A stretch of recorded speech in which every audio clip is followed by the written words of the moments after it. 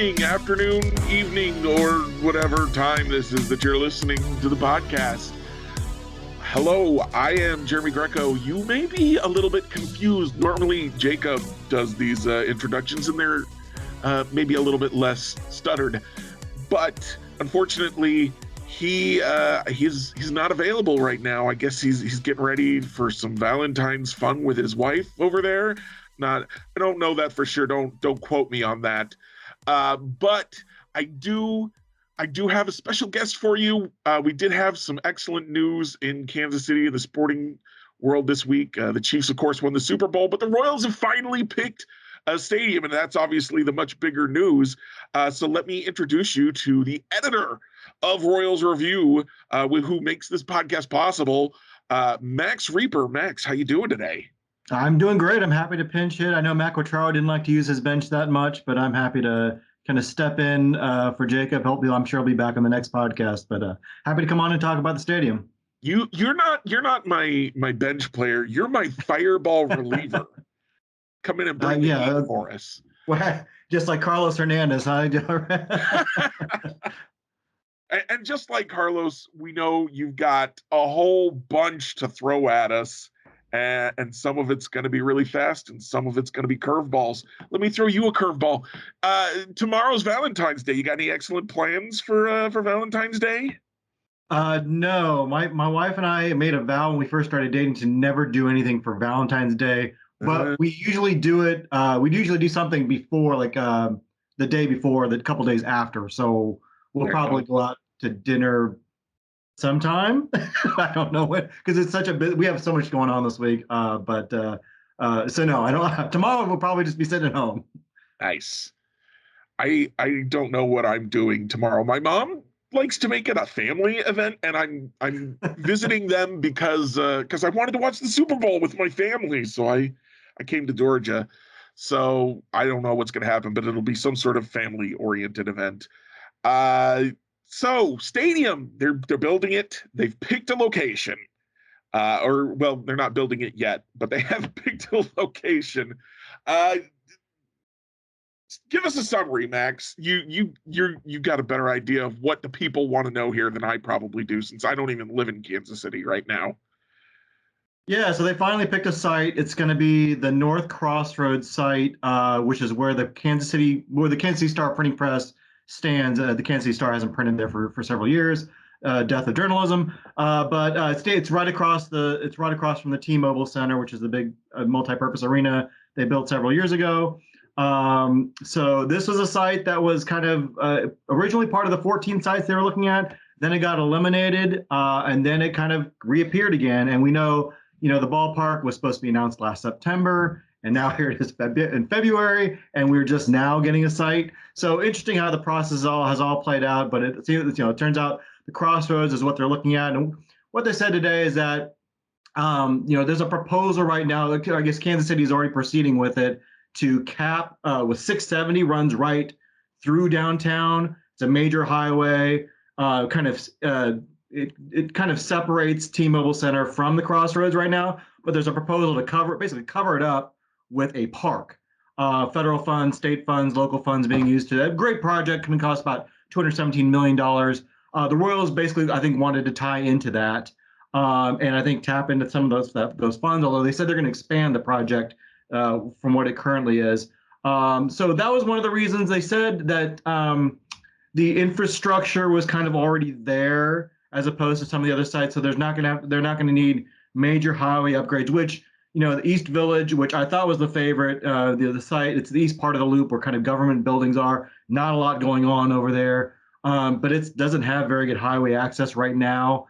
That would have required some major highway upgrades. So they liked that right now you have 670, which connects to I-70 and I-35 right there. So that was a major selling point. They highlighted the parking, which I'm a please don't complain about parking guy in Kansas City. It kind of drives me nuts, and that's like Saturday night, my wife and I went to go see Nate Bargatze, a very popular comedian at the Sprint or at T-Mobile Center. Sold out crowd, so about 15,000 people there. I parked on Grand Avenue, 3 blocks south of the arena for free, we walked 3 blocks, and I got it. And when the show was over, I got in my car and was down the road in minutes. Now my friends that I met up there, and they parked in the parking garage right across from the arena, and had to pay $25 or whatever it is, and they said it took quite a while to get out of there. So that look, there are. I'm not saying parking isn't a hassle. It can be. I think it can be okay if you know kind of your spots. And I think they'll look. If they build a new stadium, there's going to be a lot of property owners that are going to be like, hey, I can make a lot of money building a parking garage or whatever. But they're not going to have a parking garage with the stadium, at least not in the proposal I saw today. Right. And they said, well, downtown has 40,000 parking spots, which it does. Truman Sports Complex only has 26,000, but a lot of those parking spots are currently used by people working and living downtown. And what happens if there's an event at the T-Mobile Center at the same time? I don't know how they're gonna deal with that. So I hate hearing about parking woes, but I will admit that is a little bit of concern that didn't seem to be fully addressed to me. But other than that, the renderings look pretty good. It's going to be a 34,000 seat ballpark, which is I think going to be the smallest in Major League Baseball. So that's kind of interesting. Is now. What's that? It's definitely smaller than Kauffman is now, which is like 41,000, I think. Yeah, and it's like it's kind of a trend with recent ballpark proposal. I guess the Braves and Rangers didn't do that, but like the Rays want to build a smaller ballpark. I think Oakland's ballpark is even smaller in Vegas. Other sports too. I know Buffalo's building a new football stadium, and it's going to have fewer seats than their current stadium, or they just finished the new one. Either way, whatever the latest stadium in Buffalo is going to be smaller than the one before it. And I guess that's a way to like constrain supply to jack up prices and make it more premium. And then you try and sell those seats as luxuries that are more expensive. Exactly.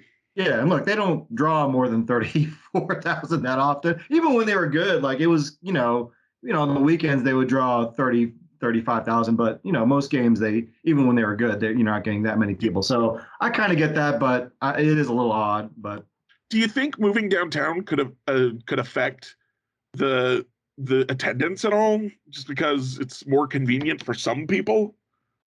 I'm sure that's what they're hoping. I think they want it to be more of a draw than it currently is. And I think there is an expectation that, look, if we're downtown, there's several businesses downtown. They can take clients there for mid-afternoon. You go to those Thursday afternoon White Sox Royals games right now at 1:00. There's 8,000 people there maybe. Right. I think they're hoping if they have those games now in downtown, there'll be 20,000 people because people will be playing hooky from work or impressing clients or whatever. So there's that. I mean, there's more people that live downtown that live near the Truman Sports Complex, at least right next to the Truman Sports Complex. I know people live in Independence and Lee Summit and Raytown. So yeah, there's some of that. I think they're looking for, and I think they want it to be a magnet. I mean, you think they want an attractive, vibrant place. Look, and I've been to some downtown ballparks, and it is a different feel. It's just even when Kauffman's full, you're surrounded by kind of highway and fields. You're at downtown Seattle or downtown Boston and you're in a full stadium. It's, you feel like you're in a vibrant area, and it's a younger crowd usually in a downtown ballpark. I mean, nothing wrong with families and older fans, but if that's that's kind of the cohort that I think a lot of teams and a lot of businesses like to market to, that I think that definitely draws a younger demographic. So yeah, there's some advantages, I think, just to being downtown. Yeah, and one of the advantages that they talked a lot about is how much is within 10 minutes walking distance. He really hammered home that 10 minutes walking distance. And my favorite was the tie-in with the Negro Leagues Baseball Museum, which, just to remind everyone, is free this month. The Royals are paying for you to go to that museum, so go check it out if you've got an opportunity. They also, I think the rendering showed a walkway, a raised walkway between Kauffman's, or whatever the new stadium is going to be called, and the T-Mobile Center, which could be very interesting if you've got events going on at both that you want to attend or something like that. Seems like it might be an opportunity for convention kind of stuff to happen in the baseball off season. I know, like, I've been to Dragon Con in Atlanta, and it takes up 12 hotels in a couple of block radius, but you got to walk in between them. So having two very large buildings like that would allow you to just kind of go back and forth between a covered walkway and not have to go over crosswalks or out into the wet. I got rained on the last time I went to Dragon Con. So that could be a really good thing for, non-baseball stuff too, right?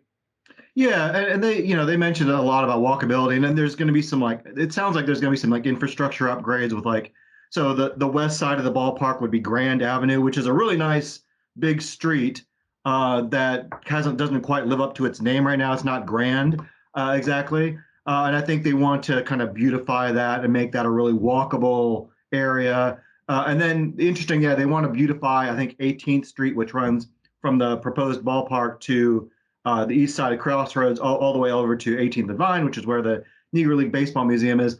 I will take issue. I believe they said it's a 10-minute walk, which, I mean, it seems, in my mind, it seems pretty far. And I looked it up on Google Maps. It's at least 25 minutes to walk from where they're talking about. Power walking. Yeah. I mean, you could take one of those bird scooters or something like that, but it's not that close.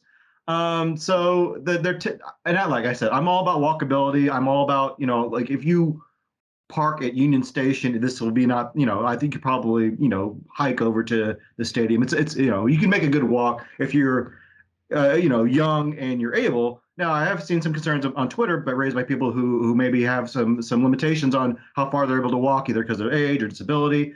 And that is a little bit of concern. And that's why I kind of do feel like they need to have some sort of parking structure there. We'll see if that gets incorporated, but so I do understand those concerns. And just for a city that is frankly rather car centric, and I know you want to get people out of the cars, but it's going to be a little bit of an adjustment for a lot of people, and it probably would behoove them to make that transition as seamless as they could. Sure. Gosh, I had another question and it flew right out of my head. Oh, you mentioned the stadium name. I did want to talk about they touched upon it at the end, but they said they would be open to naming rights, which I guess we shouldn't be surprised at this point. No, but they do I expected that was part of the reason they were wanting to do this. Yeah. I mean, they're gonna have to pay for this, to pay for the private financing part of this somehow. So I imagine it's going to be, Geha Field at Kauffman Stadium. Yeah, I think I saw in was it your article that got written on Royals Review, or did somebody else write that? Kind of summarizing all this stuff.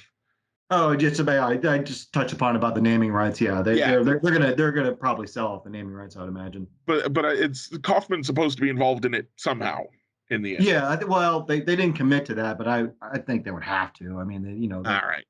So, so one of the things I saw in this rendering, and I don't want to take the renderings too seriously because I'm not really experienced with stadium building, but I hear that a lot of stuff and that makes sense. A lot of stuff can change between, your pie in the sky dreams that you're pitching everyone, and then the realities of actually trying to build it. Just look at the Rangers ballpark drawings and what they got. Right. But I did see at least that we're thinking about fountains. One of the iconic features of Kauffman Stadium is fountains. And the first renderings we saw when they were talking about East Village or Clay County didn't have any fountains in them, which was kind of disappointing. But we did see some really cool fountain displays in center field. I think you did mention those. Do you think fountains are an integral part of any new Royal Stadium? Yeah, I think it's really surprised me that some of the early renderings we saw didn't have fountains. Because if you were to have me advise on these renderings, I would say, okay, guys, there are just two things you have to have. Otherwise, you're going to get a million comments that hate these renderings. Number one is you got to have fountains that look pretty close to what they have at Kauffman Stadium. And number two is you probably have to have some sort of nod to the Crown Vision. Maybe not exact replica of Crown Vision, but something that at least gives a nod to Crown Vision and reminds people of that. Otherwise, people are going to, they're at least going to be a little negative about it. And so, yeah, they incorporated the fountains, but they didn't incorporate, at least I didn't see anything that had Crown Vision. I would say they probably still have to do that. But, and like you said, the renderings aren't final. They'll make some adjustments. They'll change some things.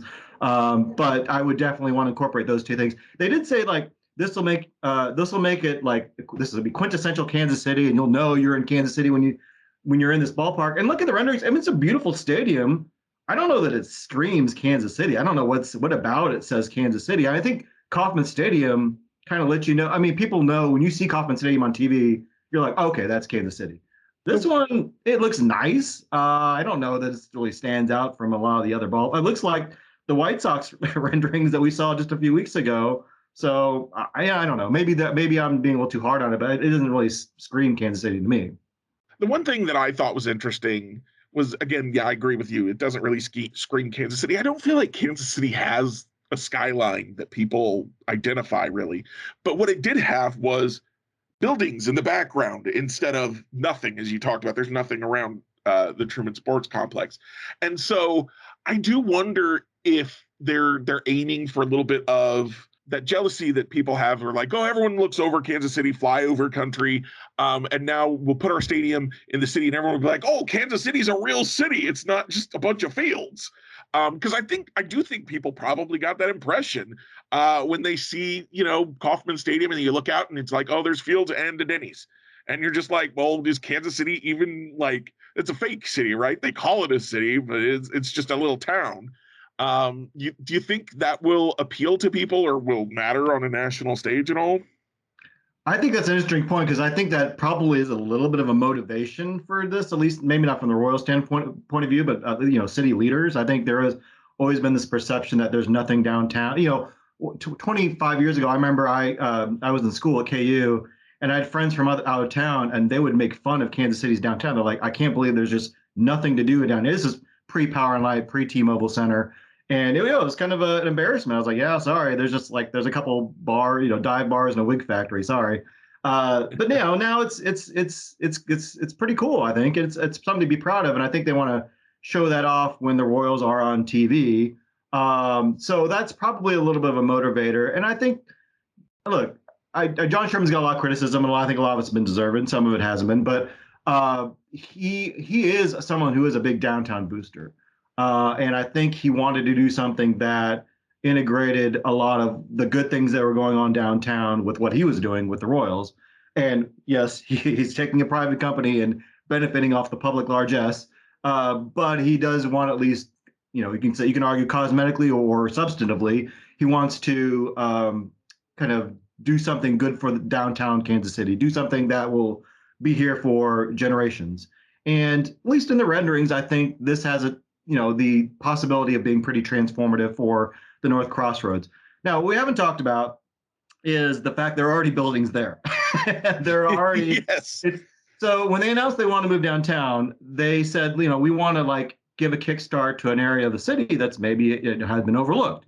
And the East Village fit that to a T. There was a bunch of government buildings at 5 o'clock. The whole place is a ghost town. There's nothing going on. North Kansas City site was pretty much like that. It's an industrial area. There's some stuff around there now, but it's the area they're looking at is pretty blighted for the most part, and that would have really been a catalyst. The Crossroads, North Crossroads, is not really that situation at all. It's I wouldn't say it's bustling, but it's there's a lot of businesses there, and I go down there quite a bit, at least in that area in particular.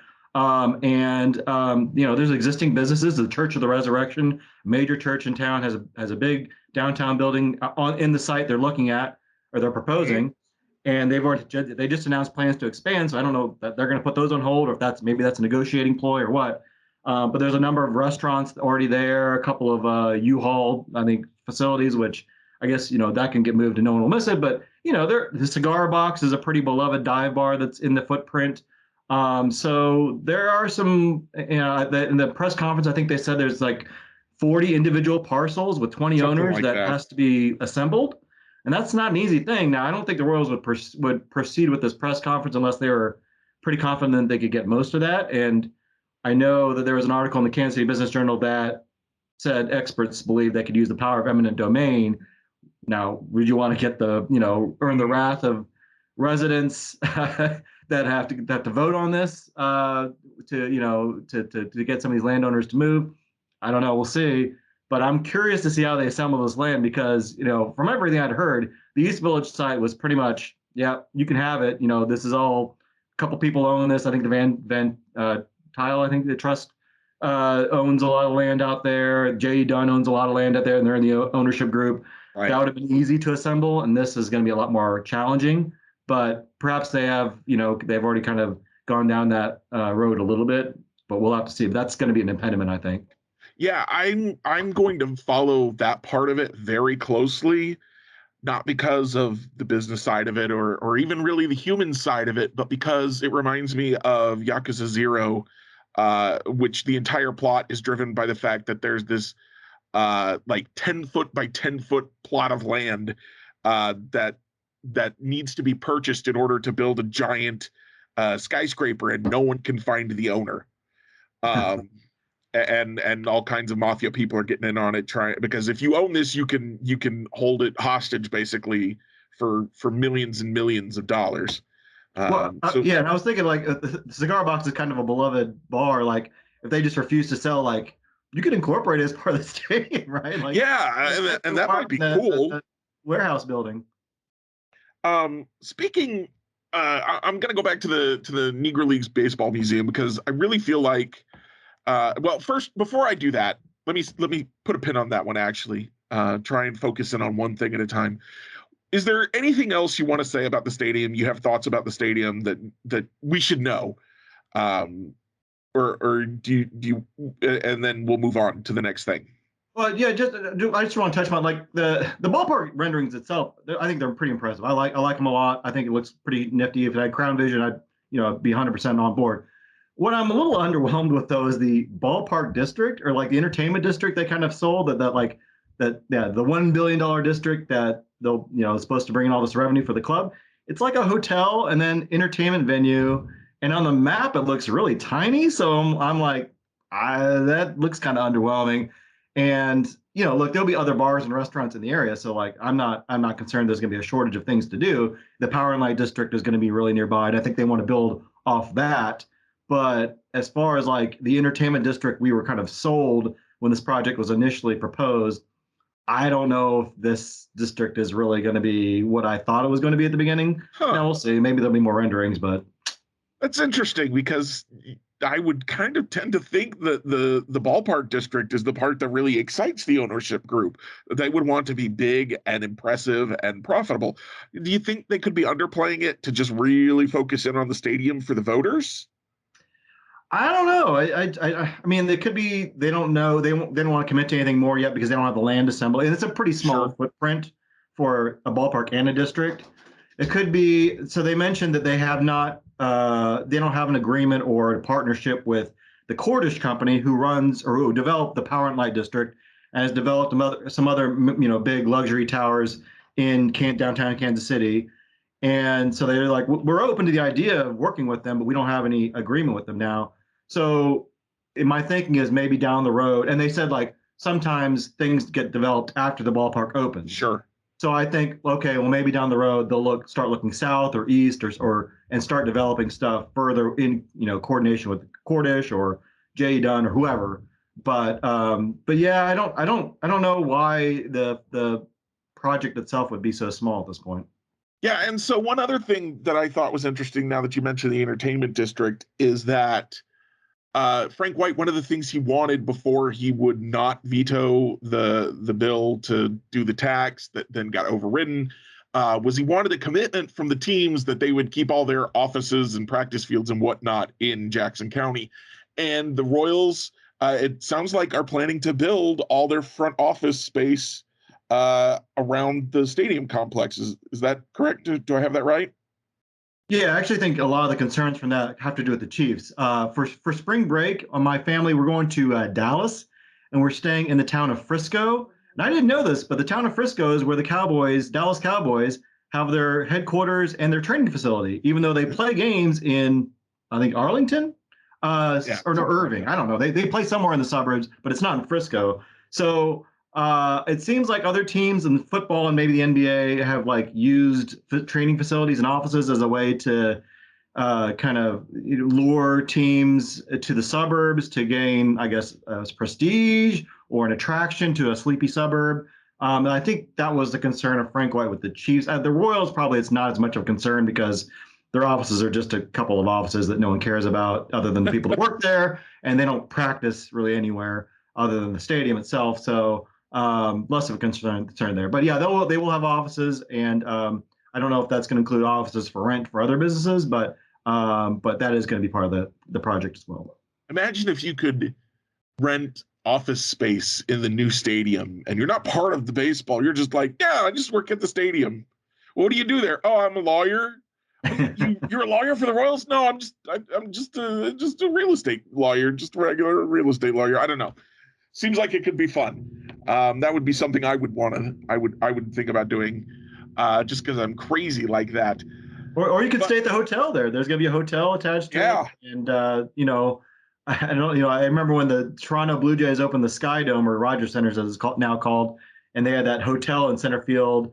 And I remember early on, there was a couple that was engaged in some shenanigans out there that were R-rated. And I think now they have coverings now that don't allow you to do that. But yeah, you could. I don't know what kind of view you're going to have from the hotel for the game, but that'll be part of it as well. So I wasn't able to watch the whole press conference because I had my day job get in the way. Did the Chiefs send anybody to say anything during this press conference, or was this just entirely Royals?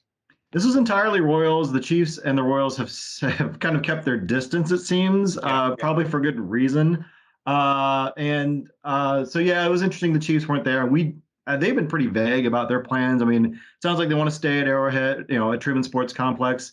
And as far as what they want to do with, that plot of land out there with the Royals exit, I don't know. So we'll have to see. Maybe they want to let the afterglow of this Super Bowl victory kind of die down before, and then maybe they'll announce some plans in the spring. So yeah, they weren't part of this at all. Do you think the Royals timed this for right after the Super Bowl victory to just be like, y'all are feeling good about your sports right now, huh? You wanna see some new stadium stuff? Well, I think they timed it to go after the Bobby Witt signing. That makes sense too. I'm sure those are both kind of in the works at the same time, and they probably weren't relying on each other, but it was probably good timing that they did this after they announced the Bobby Witt signing. But they still have a long way to go. I mean, I think every time we run a poll, first of all, we get a lot of negative comments about downtown baseball. I think there are definitely some fans that are against any kind of proposal downtown. I think there are a lot of people that are concerned about the cost, using public tax dollars to subsidize, Sure. We're essentially a $1 billion operation. I know you've been pretty vocal on that front, Matthew Lamar as well. So there's an uphill battle. I mean, a lot of the polling, I think, early on was kind of against, but if you add the Chiefs in, it's, kind of a closer call, 50-50, maybe a little bit, yes, with a little bit of an edge. So they're going to have to put forth a full campaign to kind of convince people, and we still have to see the community benefits agreement. We still have to see the full funding plan. I mean, the sales tax is only going to put up about $350 million of what's supposed to be a $1 billion stadium. I think they're counting on some money from the state of Missouri, but the governor proposed his budget in January, and there wasn't any talk about anything for the Chiefs and Royals. So I don't know where the rest of that money is coming from exactly. Some of it may be private, some of it may be something like transferable tax credits from the state, but we really don't know. And so there's still some details I think that have to be kind of made public before I think a lot of people are going to be comfortable voting on this. Interesting. One thing that I thought was also interesting is that this idea that the Royals have spent this off season and they did the Bobby Witt Jr. extension, kind of like you just mentioned, to kind of convince people that they're worth investing in, worth voting for that tax so that the new stadium can be built. And I'm kind of poo-pooed that idea a little bit and been like, that doesn't make sense. Like, why, if they just spend one off season, why would that matter? But I know at least a handful of people I've seen on the internet said, well, now that they've done this Bobby Witt Jr. extension, I'm voting for that tax. Was that smart? Do you think it was intentional on their part? Was it smart on their part? Does it make sense for people to want to vote because of that? Yeah, I think it was pretty smart. I think it was kind of intentional. I think there was some desire to just, I don't think John Sherman likes losing 100 games every year. So I think that was probably the main motivation. But I think they needed to kind of signal, okay, we're willing to invest in this club, and if we invest in the club, maybe that'll convince people to invest in us. And they did get a lot of hoopla for signing these contracts. I will note these contracts are pretty flexible. Like, Yeah. it's a 3-year deal for Seth Lugo, but it's kind of really a 2-year deal. And like the Michael Walker deal, like they could get rid of these guys pretty quickly if they wanted to, right? It's not like they're on the hook. They spent 100. I'm using air quotes, 105 million on free agents this offseason, plus the 200 whatever for Bobby Witt. But it's not likely they spend that much money on all these players. Like, these players are going to opt out of these deals. And, it's smart for a small market team to have some flexibility. And look, the player flexibility, like the player has the control here. So I'm not saying like it's a bad deal for the player, but it's also not like they're necessarily, it's not like these players are necessarily going to be here. Bobby Witt will be here for 7 years, but they could have a low payroll again in a couple of years if they really wanted to. Now, I don't think they will. I think they will have a more sustainable level of spending here. But I think they had to spend a little bit to secure the vote in April, if you will. That was going to be my next question: is do you think they'll keep spending now that once they get their vote? Do they just like, we just traded all those guys? Sorry. Well, I'm curious to see what they spend next year, because like they kind of have the splurge this year, and you and I think a lot of readers and writers on our site are like, they'll probably win like 74 games, 75 games tops. Yeah. Like, this isn't a championship team or anything like that. And, if you spend that much money to win 75 games, and maybe you win the vote in April, maybe that makes it all worth it. But, spending $100 million to win 75 games isn't really the smartest thing to do. Like, sure. But so I don't know if they're going to spend that kind of money again next offseason, but we'll see. I'd like to believe that Sherman will have a more sustainable level of spending, especially with a stadium coming down the pike. But, this is the show me state, so show me. Yes. So speaking of the roster, let's go ahead and move away from the stadium now. I told you beforehand that I was going to give you a little bit of a Valentine's Day themed question. So hopefully you've been thinking about this one. I want to know, who is your player crush on the team for Valentine's Day? It's got, and you can't have Bobby Witt Jr. and you can't have Cole Reagans. I'm taking those choices away from you because they're too obvious. So who's a guy that and give me whatever reasoning you want. Maybe it's a guy that you're like, yeah, he's not very good, but I just love to watch him play. Or a guy that you're like, oh, he could bounce back in a really good way, or he could break out. Who you got for me? Oh, okay. We'll see. An underrated crush then. Sure. So I'm going to go Vinny Pasquantino, just because he just seems like a dude. Yeah. Like, he's got kind of the it factor, and he's got the swagger and the leadership, and he just kind of gets it. I think he carries himself well. But if we're talking about someone who maybe is a little more underrated, that's a good question. I didn't think about that. I'll give some love to Kyle Isbell. I am kind of tired of the Kyle Isbell slander. I get that he's not much at the plate, but he is a tremendous defender. And either, you believe in defensive metrics or you don't. But, by the defensive metrics, he's phenomenal. He's a great center fielder who gets terrific jumps, gets a good read on the ball.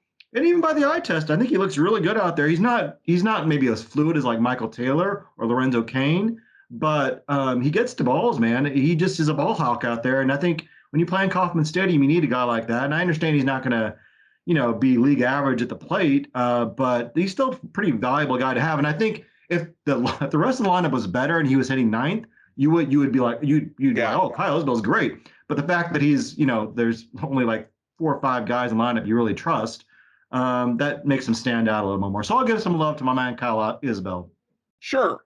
And I think that's a good pick, and that's good reasoning. And I've argued the same thing, that if Kyle Isbell's batting ninth, and he's batting ninth, and it like makes sense for him to bat ninth, that you've got 8 other batters that fit in their positions of the order, you feel pretty good about that. But I'm going to go ahead and give my baseball crush to another left-handed batter who didn't hit so well last year. I'm gonna give it to Michael Massey. I think probably regular listeners see that coming. I've been a big Michael Massey fan for a while now. He just had that power surge last year, towards the end of the year, and I think he plays a good defense. And I just have this feeling that he's gonna break out in a big way this year. And one of my favorite things about doing projections or predictions, really, not projections, because projections use actual data. Predictions kind of they can use your gut, they can use whatever. And so one of my favorite things about predictions is we don't need to remember the ones we all made wrong, just the ones we made right. And so I like to throw out that I predicted that Mike Moustakas would break the home run record, and it totally happened. Never mind that I predicted it the year before it happened, as well as the year it happened. That's irrelevant.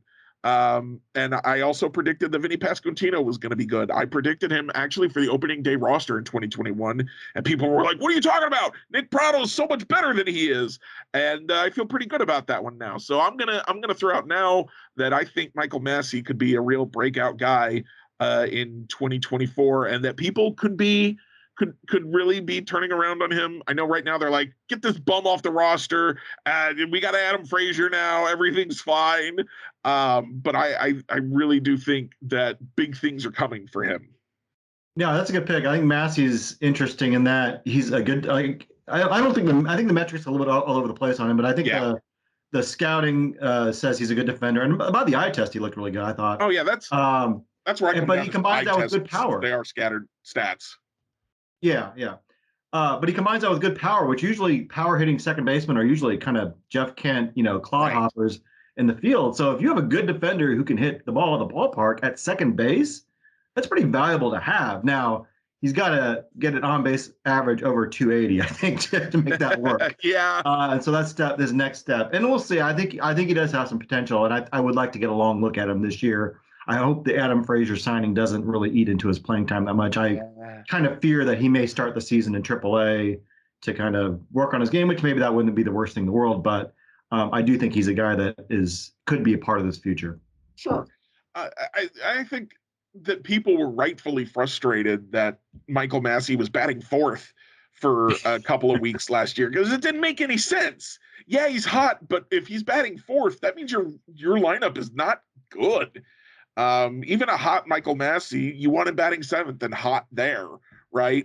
So kind of like Kyle Isbell in that, he has to, if he's going to play, he's got to be kind of in the lower part of the order, and you've got to have guys that make sense ahead of him. So, maybe Renfroe will be that. Maybe Melendez will break out break out this year. I'm not really sure how you would look at that one. But that's kind of what the Royals need from their lineup. So to go back to the Negro Leagues Museum, since I did kind of tease that earlier and then realized that I was just swapping topics randomly. You've been to the Negro Leagues Baseball Museum, haven't you? Yes, I have. We actually recently went last year. I haven't ever been able to go because, I didn't know it was there when I was in Kansas City. I wasn't paying enough attention, I guess. And I just haven't been back. So since it is free admission this month, can you just give us a little bit of a pitch of your experience, maybe one of your favorite exhibits there? Sure. Yeah. It's first of all, I love history, and especially that era of it, like early 20th century is kind of my wheelhouse. And then obviously I love baseball. So that it kind of it's those two things intersecting. And it's not a huge museum, but it'll take you, a good hour to get through the whole thing. And it's just a really delightful kind of tour through the history of the Negro Leagues from its outset, not just the Negro Leagues, but kind of all black baseball. They've got a lot of terrific exhibits, a lot of old memorabilia, and you really you come away learning a lot about the game, and I think you really get a feel for kind of just the love of the game that these men have and women had for baseball, to be like denied opportunities to play, but still love it so much that they pursued it in whatever league they could. I mean, there's a story of like Buck O'Neil having to play in just humiliating costumes that depicted him as like an African savage for some exhibition game, and just the most demeaning thing you could be subjected to. But he did it because he just loved the game so darn much. And so it gives you a greater appreciation for what these men and women went through. And also just but it's not a museum to kind of make you feel awful about history. It's a museum to also celebrate baseball and the achievements and accomplishments of these players who are being recognized now at Baseball Reference in the Hall of Fame now, and we're finally realizing, thanks to the work of President Bob Kendrick, of what these players accomplished. So I would highly recommend it. I took my son, who's a teenager that plays baseball, and he really enjoyed it as well. So definitely worth it, especially when it's free this month. Yeah, the next time I get back to Kansas City, and I don't know when that's going to be, but the next time I get back, I am going to the Negro Leagues Baseball Museum. Not just you, but everyone I've ever heard talk about it talks about what an amazing experience it is and how much there is to learn about that era of baseball. And it just sounds like a really, really fun time, honestly. Like you said, it's a celebration of the sport and a celebration of people that you don't know played it, maybe. And I love the uniform. Like there's an exhibit that shows all the uniforms of the players, and like they're so colorful, and just like I'd love to see some of those uniforms get brought back, for Negro League Day. And there's merchandising at the end if you want to buy stuff. But yeah, it's great to see, like, just to learn more about those teams and how great some of the players were, and put some faces to names of players I'd heard of but maybe didn't know that much about. Yeah, that's great. So once again, it's free for the rest of the month of February. Royals are paying your way. If you've got an opportunity, I really hope you'll all go out there. And let's go ahead and wrap this up, Max. Unless you have anything else you want to say about the stadium. No, I'm just excited for tomorrow. We're going to hear the sounds of catchers' mitts being popped with baseballs as pitchers and catchers have the first workout, and soon we're going to see footage of grown men stretching. Yes, and we'll start to get the stories of people who are in the best shape of their lives. I can confidently say I am not in the best shape of my life. No, me neither. But the podcast, now that you mention it, the podcast is about to be in the best shape of its life, as we will go back to 2 episodes a week, starting Monday morning. Jacob kind of sprung on me that he put a poll out. Are you all ready for us to go back to 2 episodes a week once the pitchers and catchers report? And people voted yes. So I'm beholden to that. I have to talk more. Oh no, I hate talking so much. People demand more Jeremy. Let's go ahead and wrap this up, Max, with some Royals reviews. You remember those? You got anything for us this week? I've been enjoying this week Mr. and Mrs. Smith on Amazon. I did not really know what it entailed, other than that it was loosely based on the movie with Brad Pitt and Angelina Jolie. But it's Donald Glover and Maya Erskine. I'm not sure. What's that?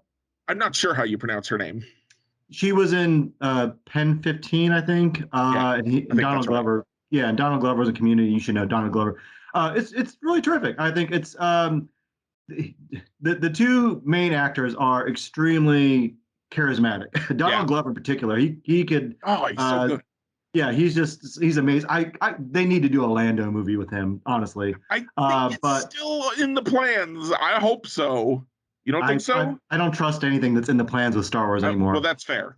But anyway, yeah, it's a terrific movie. The premise is they're both spies. There's a mysterious organization that has hired them and put them together as a couple.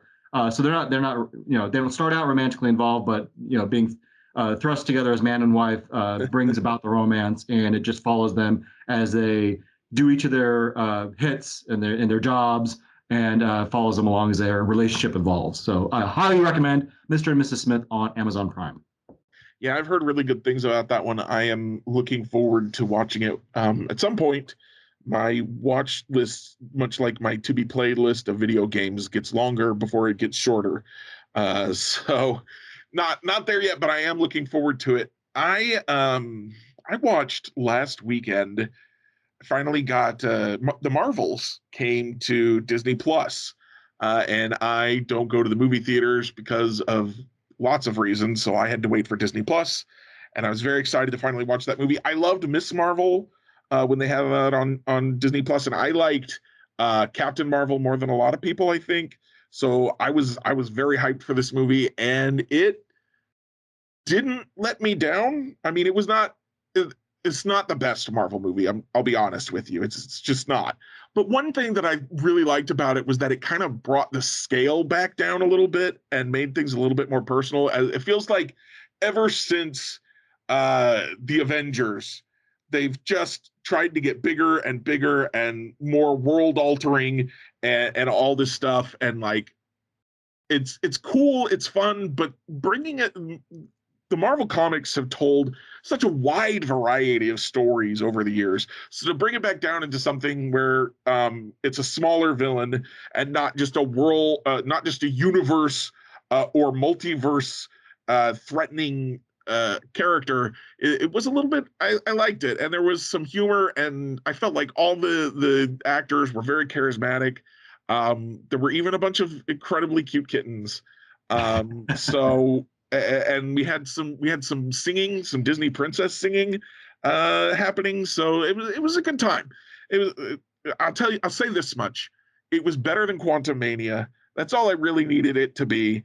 And that was another one I was really looking forward to, because Ant-Man was kind of one of my. I loved both of those first two movies, but they kind of ditched, I feel like, a lot of the things that made those first two successful when they made Quantumania. So if you haven't seen the Marvels, go into it with tempered expectations, and I think you can have a good time. Yeah, we saw it in the theater, and the only thing I'll add is that there's a cameo from a major Korean K-drama star, and my wife is a huge K-drama fan, and she was very disappointed with how they misused his skills in the movie. But we overall, I think we enjoyed the movie, and I appreciated the kiddies as well. All right, so I think that's going to do it for us today. Jacob should be back with me next time you hear us, so maybe things will be more planned out. Thank you for bearing with me, Max, as I kind of made this up as I went along. Anytime, man. I hope. Sorry, what was that? Anytime, man. Yeah, and thank you all of you out there for listening. Your support and comments always mean a ton to me and Jacob. And I look forward to seeing what questions he's going to put on Spotify and what answers we're going to get from all of you next time. But until next time, go